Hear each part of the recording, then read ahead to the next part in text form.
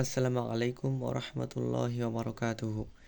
কোরআনের দিক নির্দেশনা পর্ব সাথে আমরা জানার চেষ্টা করব মদ, জুয়া, প্রতিমা এসব আল্লাহ রাব্বুল আলামিন হারাম করেছেন এবং আল্লাহ তাআলা এ সম্পর্কে আমাদেরকে কী দিক নির্দেশনা দিয়েছেন।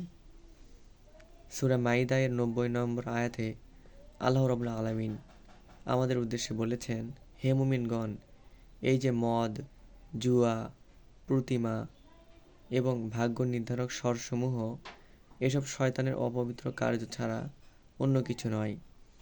অতএব এগুলো থেকে বেঁচে থাকো যাতে তোমরা কল্যাণপ্রাপ্ত হও।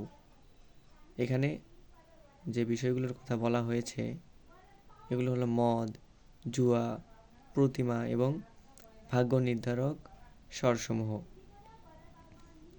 আমরা জানি মাদক বর্তমান সমাজে এবং রাষ্ট্রে এবং পুরো বিশ্বে বিরাট এক ব্যাধি।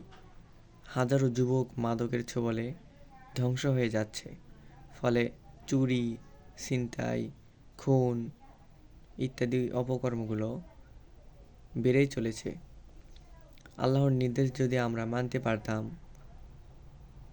তাহলে ইহকাল এবং পরকাল উভয় জগতে মুক্তির আশা করা যেত এবং শুধু পরকালে নয় বরং ইহকালেও আমরা আরও শান্তির সাথে এবং অন্তরে প্রশান্তি নিয়ে খুন, ছিনতাই এগুলো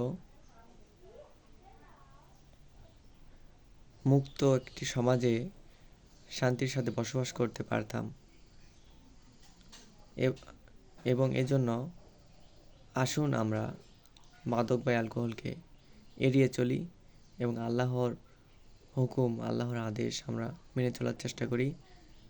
আল্লাহ তাআলা আপনি আমাদের জন্য আপনার হুকুম মানাকে সহজ করে দিন, আমাদেরকে সঠিক পথ দান করুন, আমাদের কাজকর্ম সহজ করে দিন, আপনার পক্ষ থেকে আমাদেরকে রহমত দান করুন।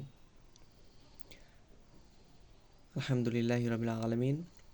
সুবহানাকা আল্লাহুম্মা বিহামদিকা আশহাদু আল্লা ইলাহা ইল্লা আনতা আস্তাগফিরুকা ওয়া আতুবু ইলাইক।